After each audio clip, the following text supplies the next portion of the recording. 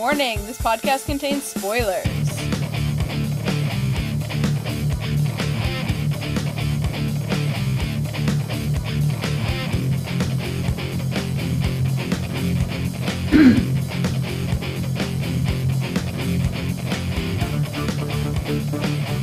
Hello everyone and welcome to the SN TV podcast for Once Upon a Time. This is season 7, episode 15, Sisterhood. I'm your host Jacob, the guy who actually wrote clear enough notes that he can fucking read them.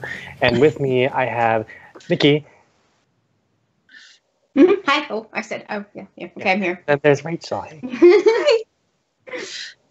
Okay, what y'all think of this episode? Oh my god. Things are happening! Things are happening. Yeah, and things are going to happen, and then they're going to end, and then we're going to be sitting there going, it's done, and we're going to cry a little bit. And then they're going to bring it back, and then it's going to be great, and then it's going to end again, and then... Right? As far as this episode, it was a really good episode. Mm-hmm. And I'm so glad that Anastasia and Drusilla are no longer really in the storyline, because it was kind of getting old, and I knew Rumpel wasn't going to give up his power anytime soon. And that was the whole point of the Guardians. So, especially with, he hates Dr. Facilier, and he doesn't want that jackass to have his dagger, so he's going to fight tooth and nail to keep it. Mm-hmm. Well, he did say that the more good stuff he does, the closer to Belle he becomes. So maybe that, it's not necessarily he needed the Guardian. It's just... He's the Guardian. He's a guardian of himself, kind of. Maybe it's a metaphorically guardian. He needs the Guardian in order to get to Belle, because that's how he ends his life, is by giving his power up to the Guardian. Like, she plays a part in him giving up his power to die so he can join Belle. But like I said, maybe it's a metaphorically guardian. They never really said. They just said guardian. They never said if it's an actual person or if it's just... I'm pretty sure they clarified that. Anastasia was the Guardian. Well, no, they assumed she was. They never said for a fact that she was a guardian. They've always assumed that whoever was in the tower or whatnot, that they were the Guardian or whatnot. It's just assumed. We never had any actual proof. Well, I assumed that it was Alice. I thought it was either Alice or it was going to be Henry. Mm-hmm. I don't know anymore. Mm-hmm. I don't know. I don't know. I just, with this whole entire, not just season, but the whole entire show, they've always made you think it's going this way, this is the way we're going, but then it ends up going that way. So every time something comes up, I'm led to believe, okay, they want me to go this way, so I'm going to go the opposite way. Well, that's kind of what they did also with Nick/Jack this episode, who's also, we were expecting somebody of, kind of like a power struggle. They want the power for themselves kind of thing, and they were killing off the 8 or the potential 8 so that they could take the place. But I think it's a whole vengeance ploy from him right now because of Gretel, who's also Jill. Is that how it goes? I think so. Or was Nick Jack and the Beanstalk? He was Jack and the Beanstalk. He was Jack and the Beanstalk. Okay, so she's just Gretel. Yeah, she's just Gretel. Well, let's get into this flashback, though. Yeah. Because this episode was called Sisterhood, and that is what we got. So we have Drusilla and we have Anastasia. They are just, walking through the forest. It's all great. Playing hide and seek. Yeah. It's little them, by the way. It's not grown up them. Playing hide and seek, they get lost, and then they have these lanterns that guide their way. Because they can do that because they have magic, and I like seeing younger versions of our characters, and seeing the root of what it is they are now, and what made them either how their relationship has either fractured or how it stayed the same, or how they changed as people. That's what I like to see. I was hoping we would get that because Anastasia has not really. Anastasia has been like a major player without her actually being developed. Mm-hmm. And I like that they did that this episode. Yeah. Well, you know, she was always the big sister protecting the little sister, and they always had that bond no matter what. And when she passed, well, she wasn't really dead, but I think Gisela just kind of threw that away because of the way her mom was treating her afterwards. She forgot how much she loved her sister, kind of thing. You know what I mean? She forgot the bond she had with her sister when her mom decided to go on this quest. She tried to save Anastasia. So finding it again is a big deal for her, I think. Finding that is like finding herself again. Does that make sense? Yeah. Because she lost her way a lot, and you know, Mother Gothel kind of facilitated it a lot too. Mm-hmm. I've grown to like this Anastasia. I mean, you know, I was a little upset because it's not the Anastasia that I wanted, but you know, I need to accept that these are not all of these characters are the same characters that we've come to know.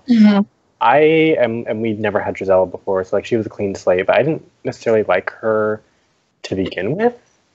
Yeah. Since Victoria died, I think she has, you know, she's becoming more aware that like, oh yeah, I have shitty relationships. I need to fix this because I'm not going to have anybody. Yeah. And that's what I like about this show in particular is the messages they send about relationships and how communication is great. If we tell people things, then you won't have problems. I wish other characters would learn to do this. Who are you talking about? I'm like, I mean, which one can I list off? That hasn't done that. Like, you look at Ronnie, you look at Regina, you look at Rumple, you look at Hook. Even this Hook, you know, all of these characters have held something back or, you know, have just not talked or communicated with anybody and it's gone awry and it's fucked up something. That's true.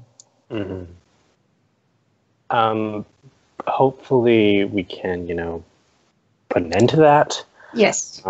Because you know, one of my pet peeves about this show, I mean, I love the show, one of my biggest pet peeves is when people lie about something that maybe they don't necessarily have to lie about, but they feel like they have to lie about it for... And that's like that in a lot of shows, though, too. To like, spare somebody's feelings in the slightest sense, yeah. But you didn't spare their feelings because you hurt their feelings because you did your thing. You do, and you knew that they didn't want you to do that. So, yeah, it's just... Yeah, it creates unnecessary drama that I think we can get from other things. But I like how maybe we're people in the show kind of get away from that. Like they actually sit down and talk about their feelings. It's great. Yeah. I mean, I think the only person who hasn't kept their feelings back or like is Dr. Facilier for Regina. He's like been forward about everything he's done for her. I mean, initially he doesn't tell her about it. But she doesn't know something's up. It's just happened, and he's like, "Hey, this happened," and then she's like, "Whoa, okay." Kind of like this episode where she's like, "So you siphoned magic? You're a douchebag. I hate you." And he's like, "But I did it for you." And then she's like, "Oh, okay, I love you again." No, she asked what you know price does this come with? She was like totally like, "Hey, no, I know magic comes with the price. So what's the price?" I mean, that's like one of the first lines we hear from the series ever is that magic comes with a price. So, I mean... Can we see the repercussions of that, please? Because it hasn't been a factor in like 5 seasons. And, I mean, he siphoned the magic from Anastasia. So, obviously, she has magic to go around. Well, yeah, because she has her magic, and plus she got her sister's magic. So she has enough magic to... I mean, she enchanted a bee just by holding it for a few seconds. So she probably has magic pouring out of her ears and stuff, like just out of like, you know, Out of her skin. She's like an amphibian right now. She's a frog with the mucus. Oh. But it's just magic. It's not slimy or anything. Brown. Yeah. But I mean, how he did it? Well, he's a witch doctor, like you said. Mm-hmm. There's he made magic. I mean, he came in with this whole like guise that he was a realtor and all this other kind of crap. So but I mean, other than that, he hasn't made any qualms about who he is and what he's there for. Nope. Like he's even forward with Rumple, and like he's like Grumple's like, you're not getting my dagger, and he's like, all right, I'm after your dagger, but you don't scare me. Yeah. What exactly he wants to do with the dagger, we don't know, because it doesn't seem like he wants to kill Rumple. There's something. No, else. he just wants to become the Dark One. Like he just wants the power of the dagger. He probably just wants to. I don't know. He doesn't seem like he's a power hungry type of person. Well, he's doing it for a reason. There's a reason. And we don't know. The reason is he has a deal with the people on the other side, and he needs to collect those damn souls, and having a powerful weapon like the Dark One's dagger is going to make it that much easier for him. I mean, if we look at the movie, The Princess and the Frog, the reason why he has this whole convoluted plan, honestly, to get this lackey to pose as the prince to marry the mayor's daughter so that he can have control over the entire city of New Orleans, and I don't necessarily know how that means you get everybody's soul, but whatever. Basically, his motivation in the movie is, I need to get all these souls for my voodoo demons so that I can keep on living. Because for whatever reason, he made a deal with them. I think it's a Marie Laveau situation where... I think you remember Marie Laveau, American Horror Story. In order for her to live forever, she has to sacrifice a baby. Maybe it's the same thing here. Maybe this Dr. Facilier is the same way. Maybe he just doesn't want to die, so he needs a bunch of souls. His soul is worth a bunch of souls. Yep. I feel like that is exactly what's going on. Like, he doesn't have to be power hungry for that, but he just needs the access to power in order to keep his facade going. And maybe he can't necessarily get those souls because maybe like he just doesn't have the physical power to take souls from people. Yeah, but the Dark One can do it. The dagger can for sure. Like we know that. I don't think Rumple has any power right now as Weaver. No one really does except for Anastasia. Really, right now, what Dr. Facilier is, he's like a clairvoyant. He plays with cards and he can see the future. He's a spiritual kind of like connection to the world as it is. I don't think you would lose that if that's the kind of magic you draw from. So he has that type of magic, but there's no way that's powerful enough for him to make a deal and take a soul. He can, he did this episode. He showed the events that happened to Drusilla throughout the episode. Like, she got attacked by the killer, and then eventually, obviously that last card. I don't think we got to see it, but it was her reuniting with Anastasia with the lanterns. I'm sure that was what was on it. That because she needed to know how to lure Anastasia out, and that's what I think that's what that card was showing her. Just kind of like reminding her, hey, she's going to come out if you do this, because that's kind of like your guys' symbol. That's like your SOS symbol. Lanterns are, in the Disney universe, seem to be an SOS symbol. It's very Rapunzel. Well, look who the mom is. Well, yeah, for obvious reasons. I love the Disney references in this episode because we have Lucy, and they're going over to Flynn's arcade. The barcade, yeah. That was so cool. I want to go there so bad. I see, I'm even more disappointed that this show is going to be canceled because we could have gotten Tron. Maybe. That would have been interesting. Yeah. I know it's not a fairy tale, but we acknowledge that Tron exists in this universe. It would have been cool. We could have gone to the grid, and we could have had cool motorcycle races. And Henry knows how to drive a motorcycle, and he could have put cool LED lights on it and whatever else. That would have been interesting. Yeah, but we didn't see Flynn though. I was upset about that. He's in the game. Oh, he's in Tron. Gotcha.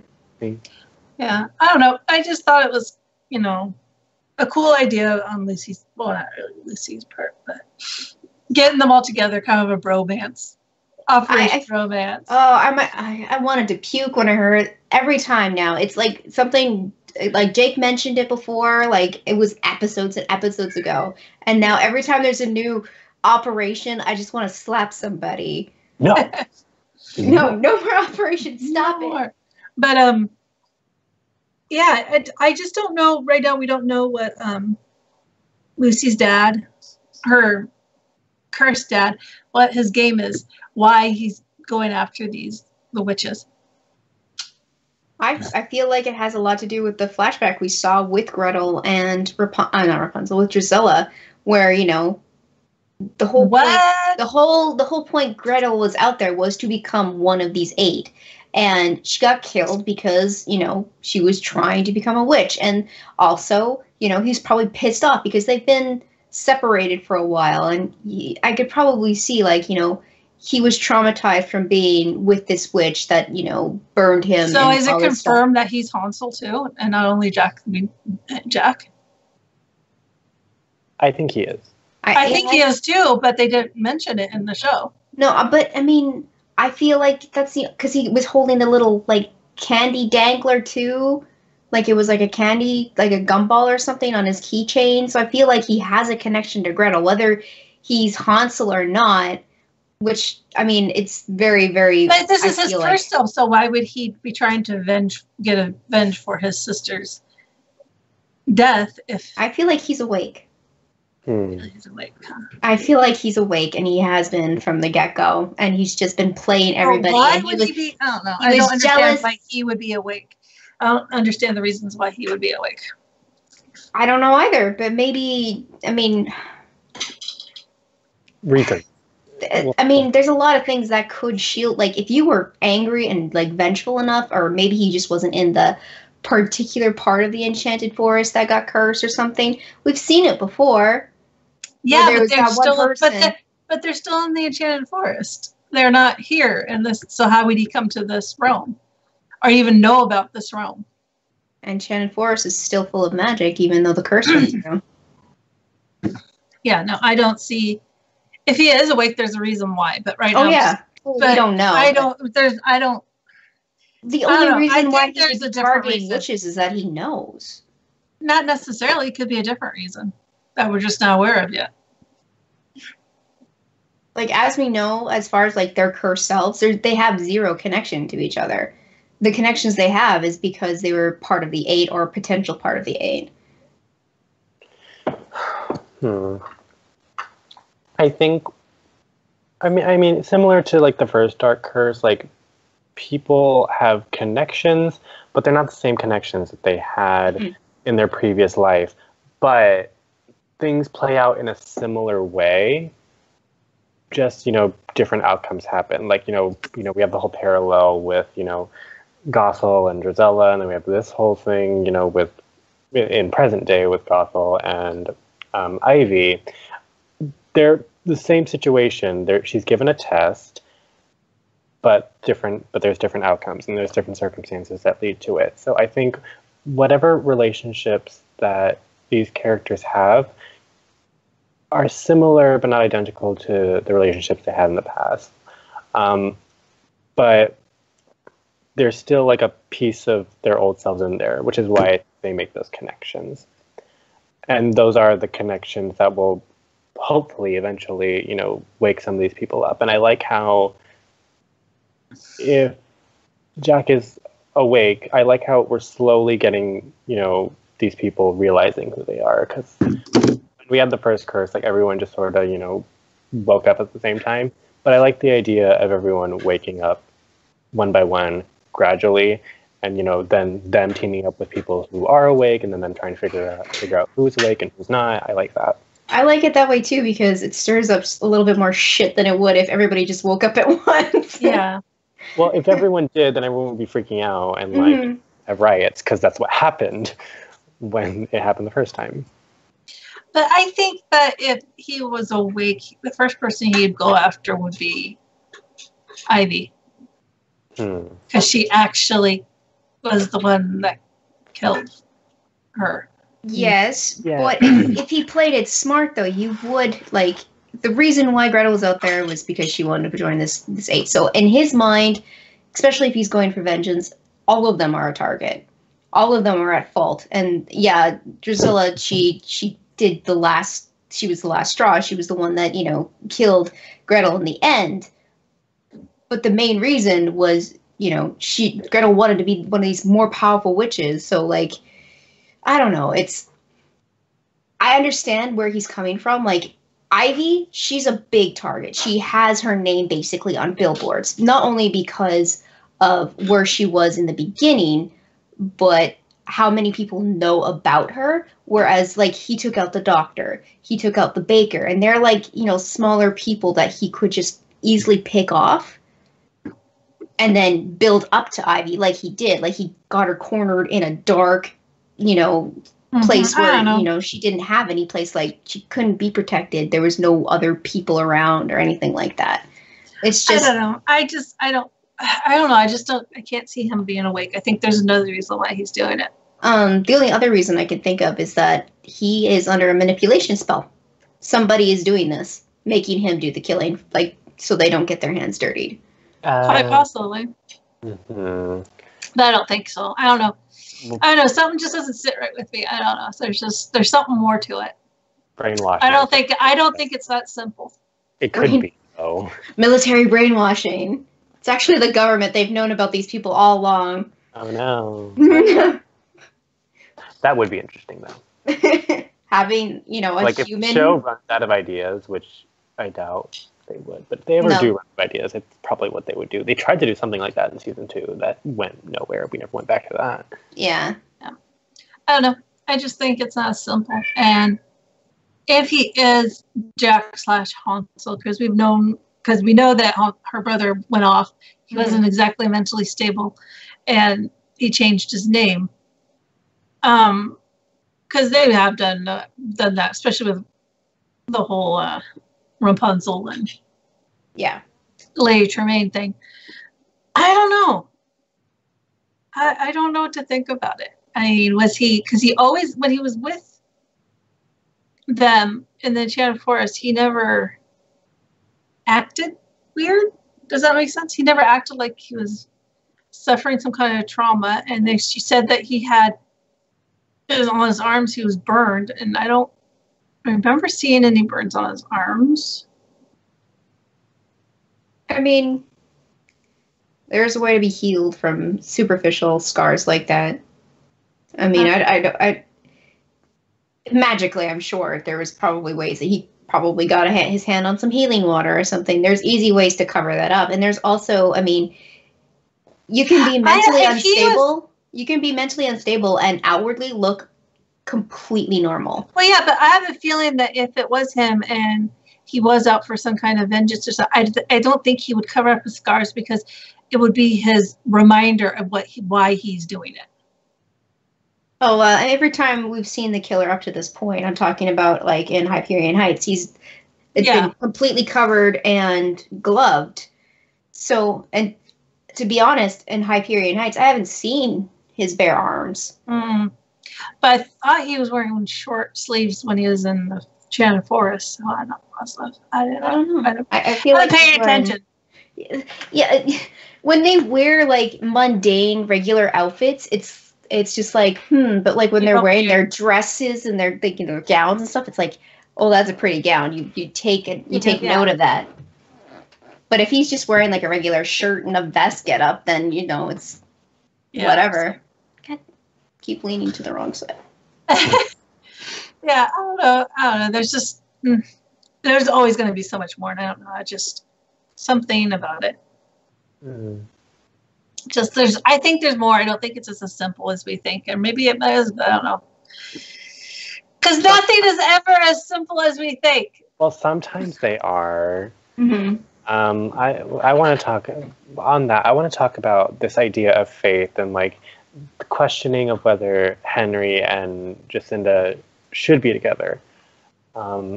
Because we were, I mean, even way at the beginning of the season, we were told that, so Henry and Jacinda are Lucy's parents, so they must, love each other, and they must, get together at the end of the season. That seems to be like the end goal. I like the idea that they're questioning that, and that maybe if two people were in love before and they had a family, but maybe after a while they realize we love each other, but maybe we're not right for each other. I always like when shows talk about that kind of stuff, because it does happen.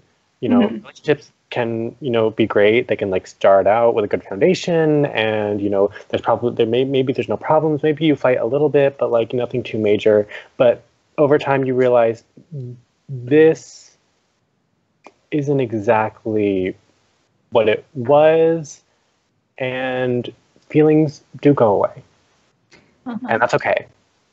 I mean, I don't know if that, I think you're talking about the bar scene when they're having the conversation about believing. Yeah. I honestly don't know if, I know Jacinda's questioning it because Henry's talking about how Lucy believes that they're supposed to be together because she's Cinderella and all this jazz. And, it's obvious that Jacinda doesn't believe. So, of course, she's going to question the fact that, why are you believing in this tale that my daughter's spewing? If it's true, she wants to believe it. She wants to believe it. But at the same time, if she believes it, then there's that point of being let down when it's not real. Yeah. And that's why she's that type of person. She doesn't want to. That's why the coin comes into play. She's like, well, if I don't know how she came up with this, if the coin goes in the cup, it's for real. I don't know where it came out of, because it seemed contrived and it sounded stupid to me. I think the idea was if you believe in faith, then if you believe that you can make this shot, then you will know that it's that faith is something you can believe in. Yeah. I don't on paper, I guess that sounds legitimate, but I mean, for people who've had a few drinks, it probably sounds like a wonderful idea. I know, but you can't base relationship on, can I make this coin in this cup? No, I know. And the fact that it was kind of I'm not saying it wasn't rigged, but the fact that the situation made it so that the possibility of the cup being moved was there was how many people around? And it was an empty cup, well, mostly empty cup, on a bar where a bartender is. He's going to remove that cup. So you couldn't have bet on one of the games that were there. If you get this score, if you can beat this game, it's for reals. I mean, that's still stupid. That is still stupid, but it made a lot more sense if it went that way rather than relying on a mostly empty cup on a bar where it could be touched and moved and stuff. Whereas in the end, when she threw the coin over her shoulder, that cup wasn't going anywhere because there's nobody else to fiddle with it. Yep. So that was a little more faith than the one at the bar, because she was laying on the couch, not even looking at it. Yeah, she tossed it like this, whereas Henry was trying to measure it out with his eyes and stuff, kind of he's putting on a golf course. Maybe the idea was, if you don't think about it, then you just let things happen naturally, and then they all fall into place. But, and I do like that idea, but I was getting at that I see that these two definitely care about each other, and that they want something out of this. But I like the idea, because the show has done you've had true loves in the past, but they died and then you moved on. But they've never done, I'm just not in love with you anymore. I feel as soon as that curse is lifted, it's going to be oh, I've loved you forever. But right now, it's just because they've gone through all these things. I know Henry wants to fall head over heels with her, but Jacinda, she has trust problems for good reasons. Nick and her never made it out of there. Their relationship didn't last.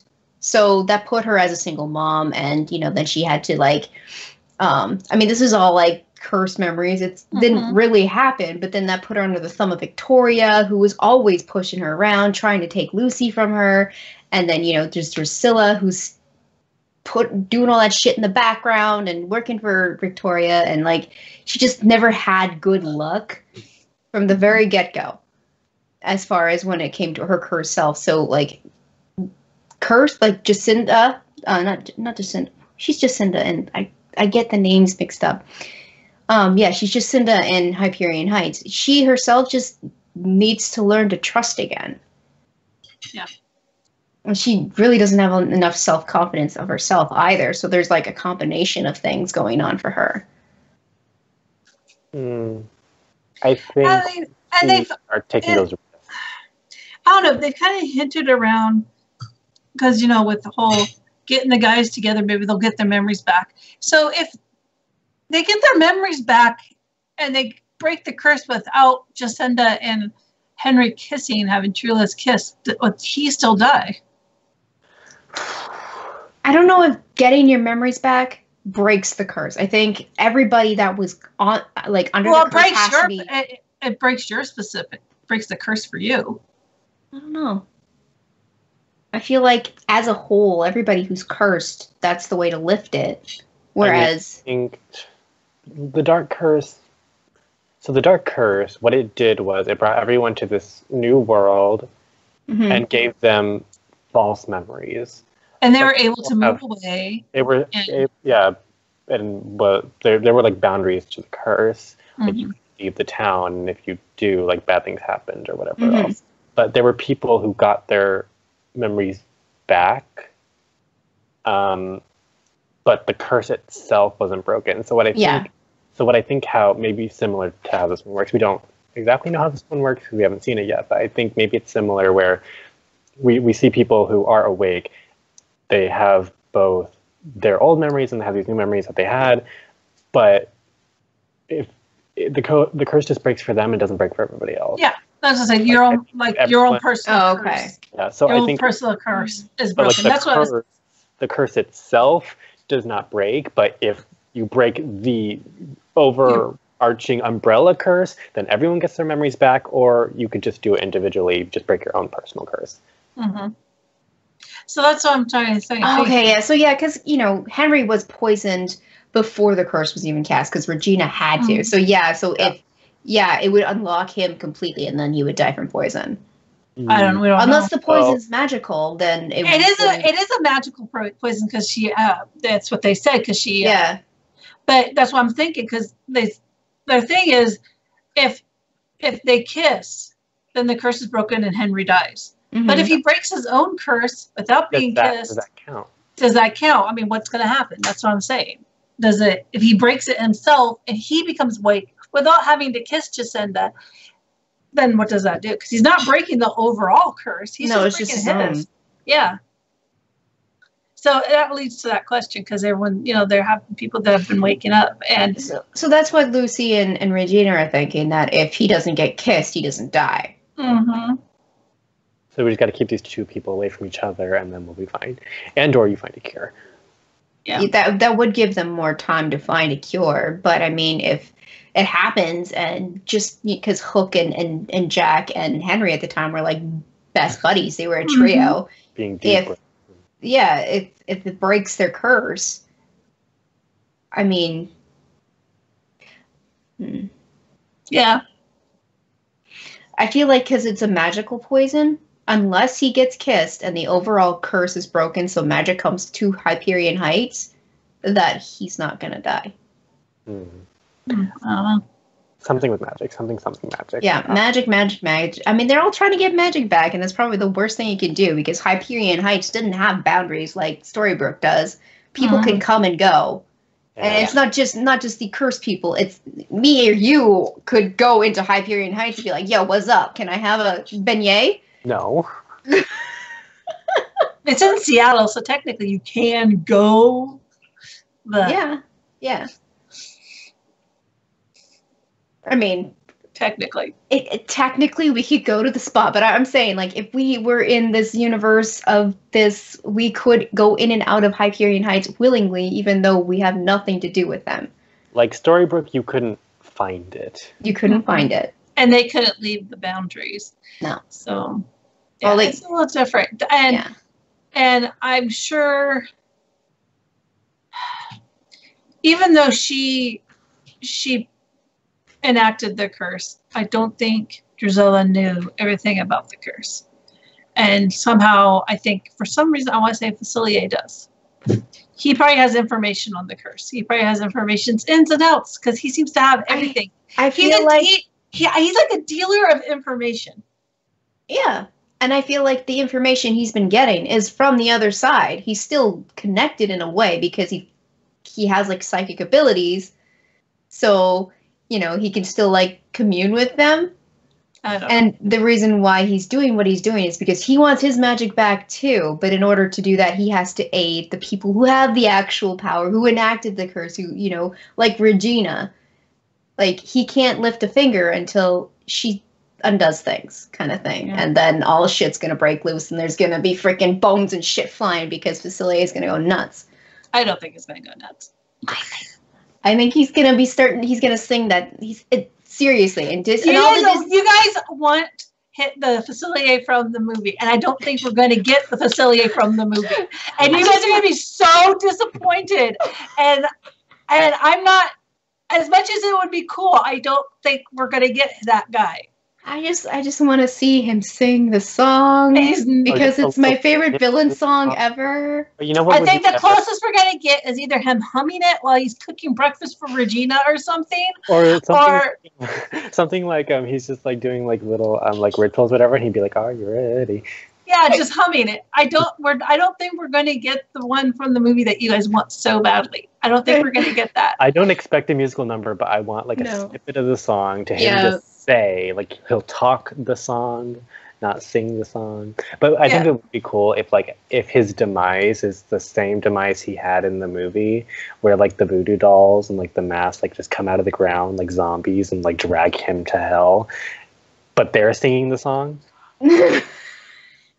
I don't think it's going to go the way you guys think it's going to go. No, I mean, but we've done things like this so many times in this series where, you know, we say, oh, well, you know, Peter Pan is Rumble's dad, and we come up with all these ridiculous fucking ideas, and we're like, oh, no, that's never going to happen. And then it fucking does. So, I mean, we like to rain on each other's parade. That's the whole point about this. But, I mean, I just want to see a little bit of the jazz. I want to see that in, like, just kind of like, you know, that's the whole allure of Princess and the Frog, is the energy behind the movie. And I want to see more of that energy come out through Facilier, because I know, like, once he's able to do what he's able to do again, there's going to be a mess to clean up. I don't know. I don't think he's as bad as we think he is. I bet you he's one of those people that we think he's going to be a villain, a quote unquote villain, but I don't think he is. I think he's done that. I'm not saying he's like all good or anything, but I think he hasn't, you know, I don't think he's crossed that line. I think he's more benevolent than he is malevolent. He's just someone on the sidelines watching. He doesn't intervene when something bad happens, but he doesn't necessarily, you know, make the bad things happen. No, he's proven pretty much right now that, you know, he's gonna intervene in the way that it works for him. Like this episode, he interjected himself with Drusilla and Anastasia in order to get what he needed. And we saw, like, she's like, you stole the magic and ran, you fucking coward, you. Like, you know, he's gonna do that because he doesn't have his resources, his full amount of resources behind him. He's gonna be sneaky about it. He was really sneaky this episode. Yeah, but I just don't think he's as bad as we think he's going to be. I really don't. And I think that would be a nice change. I'm not saying he's all good or anything, but I don't think he's as bad as we want him to be. But that's fun. I know. Hi, Daniela. It's been so long. Vixen 26 is Daniela from YouTube, and she asked, I wanted to know if you guys think that if Facilier does love and care for Regina, no, and can be trusted. I think there's a tidbit of caring there, but I don't think it's obvious. Like, you know, we can't trust. I don't even trust Kelly still, like Zelina. Like, she does have these, unpredictable times where she's gonna be a wild card. And Facilier being the wild card right now, because we don't know what his intentions are. I don't think he can be trusted, but I do think he does care for Regina in some way. Well, I trust Zelina more than I trust him. Oh, yeah, definitely. But I'm saying, like, she's still a wild card. Like, she can do things that are unpredicted and cause things to... I want her to just... Even if he doesn't turn out to be a bad guy and he, like, genuinely cares about Regina, I just want Zelina to just run him over with her car again. Like she did in Dark and she'd be like, you shouldn't stand in the middle of the road like that. I also think that would be... She doesn't like the idea of her dating this guy. No, I know, but I think that would also be another way to end the show, giving Regina a happy ending that we all wanted her to have. I mean... And she didn't really get with Robin because things she doesn't need happen. A man for a happy ending. No, but, she's been... That's what she was looking for so long, and she's realized, and she has come to the fact that she doesn't need a man to make her happy.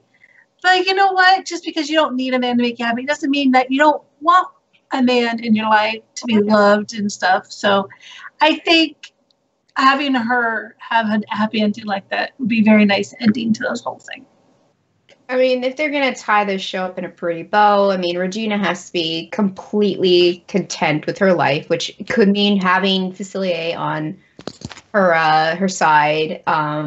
Rumple has to meet, and be with Belle in the afterlife. We have to see them walking away into the, a ball of light or something, just like being together, or maybe even in their own heaven on that hill of where their house was, just, holding hands and rocking in their chairs together. And then, of course, Jacinda and Henry and Lucy being a family, that those would be like the ultimate ties of the show to end it completely, I feel.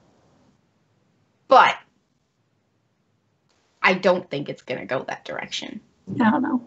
I kind of hope it does, because I just feel so bad for Regina. She's come such a long way, and she just can't get her happy. She just can't get her happy ending. It makes me upset, because ever since the beginning, even when she was the evil queen, we loved her so much, and we loved her change. We loved her arc. We loved how she, just changed herself completely, and then not to be able to have that, it would be just horrible, I think, personally. And I think it would make me mad. I know it would legit make me mad. I'm saying I'm hoping, because I'm selfish, that they leave things open-ended, because then another network that has better faith in their product, their content, can pick up the show and continue on.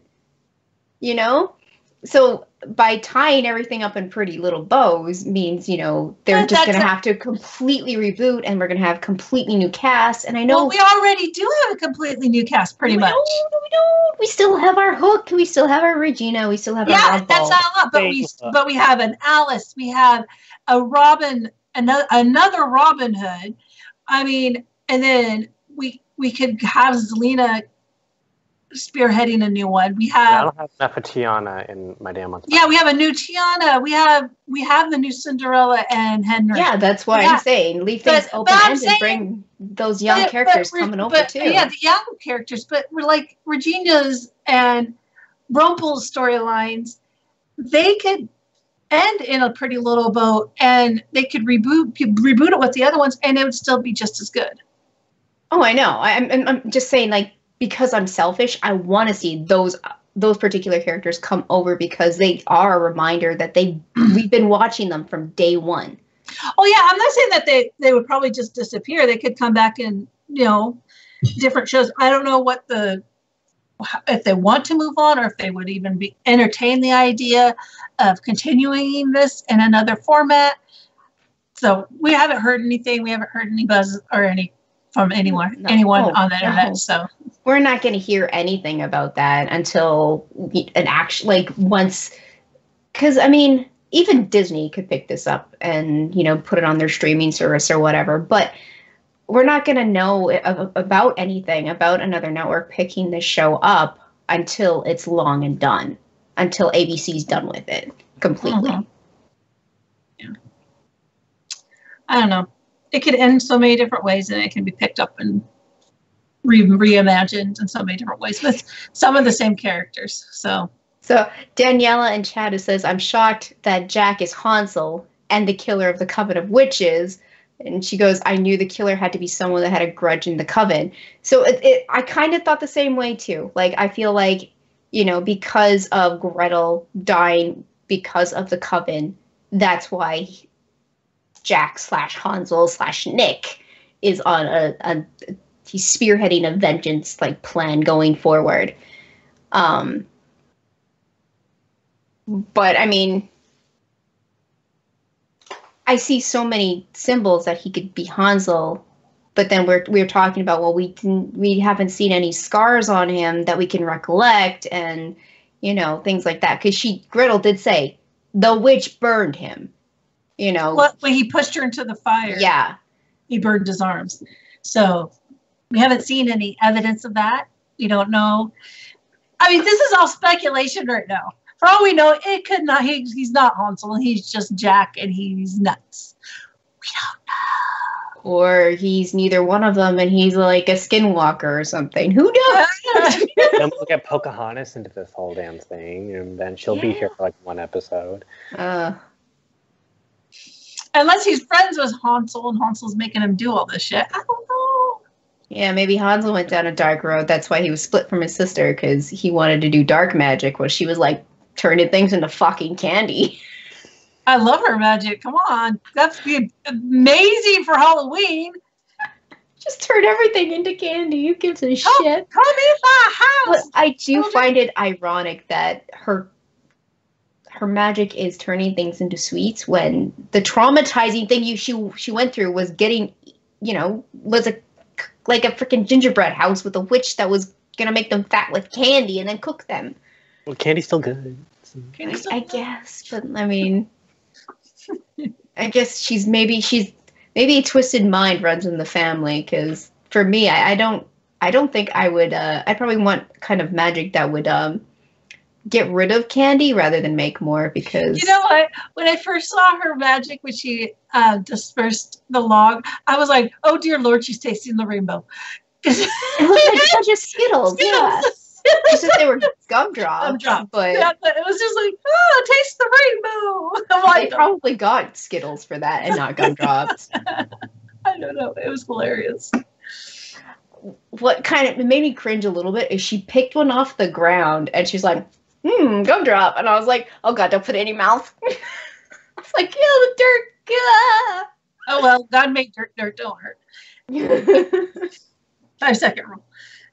That's not a thing. Shut up. She dusted it off. She did, yeah. She rubbed it off a little bit on her cloak, and Whatever. I could have done the same thing. I wouldn't have, no way. Once it's in the dirt, it can stay there. I would have been like putting them in my pockets. I got a little candy for later. I mean, if she ever gets lost in the woods, she definitely has enough gumdrops to leave a trail, right? Yeah. The birds aren't eating that one. Speaking of gumdrops, next episode is called Breadcrumbs. Oh, hey. Yeah, that was a nice segue. That was great. Just like every other episode, there's no synopsis. Oh God, they're not giving us any more synopsis. No, they're not. Wow. I think they're keeping this whole damn thing a secret just because maybe it's the last season and like they some surprises coming.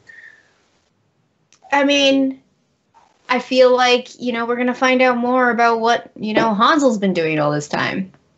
Because breadcrumbs. And who else has been killing? Mm-hmm. I think breadcrumbs, that makes me think that we're going to get closer, that the characters themselves are going to get closer to this mystery following the breadcrumbs. Yep. What's he going to do once he finds out or the killer, what's he going to do when he finds out that Drizella's not there anymore? I think he's going to have a hissy fit, to be honest. He's going to have it. Yeah.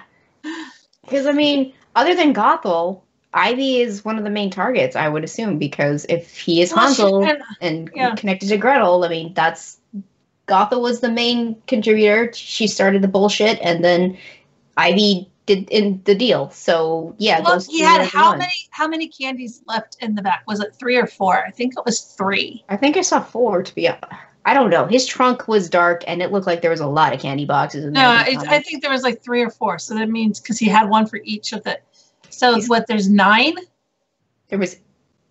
Yeah, there's 9, isn't there? Was it 9 including Gothel, or was it 8 including Gothel? I think it was 9 including Gothel. So he killed 2, and Drizella's not there. No.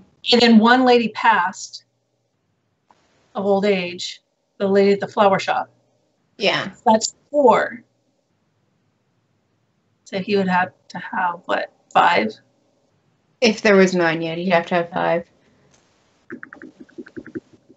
Yeah. Just a quick question. Other than, like, you know, obviously, Ivy, Drizella in that circle with the witches when they were sent to find these non-existent golden flowers. And then, you know, we find out there's Gretel. But, like, did you guys maybe pick out any of the other witches that they might have been somebody? I was looking too, because I actually watched this episode twice. The first time go around, I didn't really pay attention to the other witches. The second time, I really looked. Yeah, like they don't look like anyone I would recognize. They just look really like generic people in cloaks. Yeah, I guess. And the other thing that I know, like, every time I see Gothel, like in a flashback, and she's got, like, the thick locks and the extra, like, hair up front and everything, I'm just sitting there like, oh, God, that wig has to weigh a ton. He's got to, like... Does. Maybe she's got, like, a styrofoam bump in there somewhere. Maybe. But all those locks look... Like, because she's got, like, it's all up front. And they're thick, too. Like, I just feel like I would want to fall over forward all the time. Like, but she's always straight up. So maybe they have, like, some kind of, like, pole up her back to keep it so she doesn't stand back. I do prefer her better as a redhead, though. Oh, yeah. She looks so much better in Hyperion Heights because, you know, her hair looks normal rather than way too big, like Hairspray big. You know, the Hairspray musical. I'm still interested to find out what she's going to do with Roger's painting, though. Why she wanted that. Like a map, or? I don't know. It's just a painting of the boat, allegedly. Maybe Daniela says that next episode Gothel gets a punch in the face, but I wonder from who. Oh. Well. Says I hope. She hopes. And I hope. Okay. Okay. Well, me too. I hope. I hope so. She really does deserve it. Yeah. But yeah, so she gets a punch in the face from her daughter. I think everybody should just have a turn. That would be some sweet ass justice right there. We don't know even if Alice knows that Gothel is her mom. I don't think we don't know. We don't know if Rogers told her, if Nook told her or not. Well, she knows that Gothel is the one that had the barrier on the tower. So maybe she over the years connected the dots. I don't know. I don't know if he even told her it was a blood curse. I don't think he told her it was blood. He just told her there was a magical barrier and it wasn't allowing her to leave. Yeah, he was definitely keeping things from her. Yeah, I don't think that she would have connected it then. But yeah, I don't know if she knows. I think it'd be real interesting if she didn't know, and then she found out. And see how mad she would get. Oh God! And we know she has magic too. So because of Gothel being her ma, I wonder what. Ooh, if she gets mad, I wonder what we're gonna see. I can see Alice looking at her and being like, "How could you do that to me? How could you just leave me?" You know, pulling that guilt and as much as an asshole as Gothel is, there has to feel like some kind of connection with Alice. I mean, as a mom, you have to be some kind of psychopath not to have some kind of feelings towards your kids. Well, she is, and the whole reason why she made Alice was to replace herself in the tower. She really had no other reason to have Alice around. Like, Yeah. she wasn't going to make a kid in any other situation. I don't know. But things change too, but I don't know. We did see how she treated Anastasia in the beginning. You know, she seemed really caring, but I think that was like a whole front to lure Anastasia in. But I mean, she does have the capacity to love like any other character.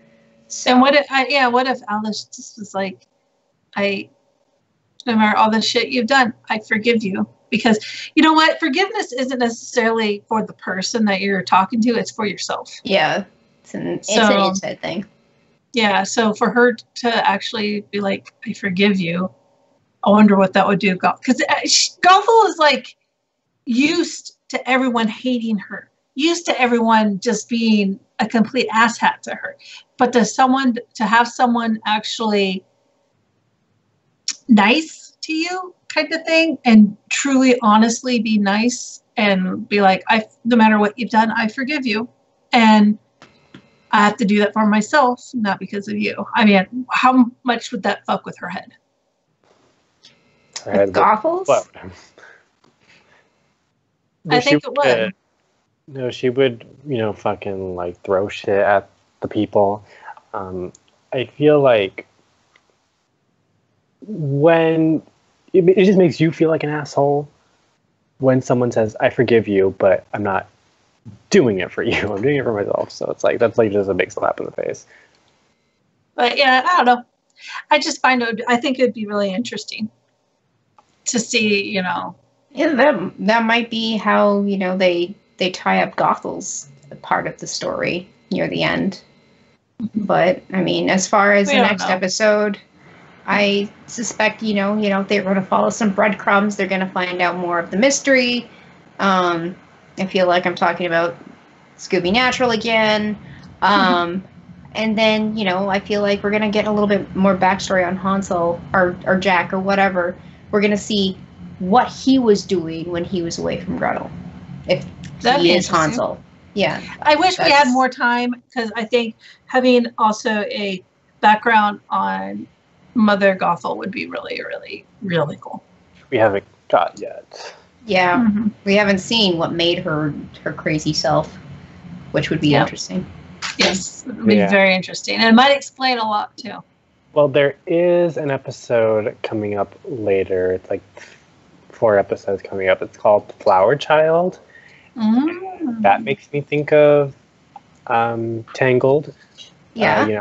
With the flower and the hair. Flower, yeah, and the hair. Yeah. The rejuvenating cream. So maybe that's her backstory episode? Maybe. I hope so. I mean... I think we need one for her. We get one from all the other characters, but I think we need one from her. It still is a 22-episode season, right? So we're on, 15? Yeah. So we still got a ways to go. There's time. Mm-hmm. There's time. I think that's everything, though, right? Yep. I believe so. So with that has been our show. Nikki, where can people find you? You can find me on Twitter. Not in space. At LidyVenom24, LADYVENOM24. Rachel, where can people find you? They can find me at Twitter at VikingWitch76 and on Twitch at VikingWitch. And you can find me and all my giggles and gore, monsters and mayhem on the Twitters, tweeting me throughout the week, life at ToNorland. That's TONOWHTRELAND. Join the Norland Society. This has been the SCMP podcast for Once Upon a Time. And you can follow us right here on Twitch, where you may or may not be watching us right now. Thank you to all our loyal followers if you are watching us, and to those who just happen to be watchers of our shit, go follow us if you like it. Press the like button, not the dislike button, because it doesn't work. I tried. And you can catch us on YouTube, where we will upload this later if you can't catch us here at ASOTV Podcast, and follow all of us. Important links down below. You know how that shit works. Follow us on Twitter, Google+, Facebook, and the MySpace. So we have Discord if you want to chat with us, and it's great. And we talk about the things that we love, and maybe things that you hate. It's going to be awesome. Good night, everybody. Good night.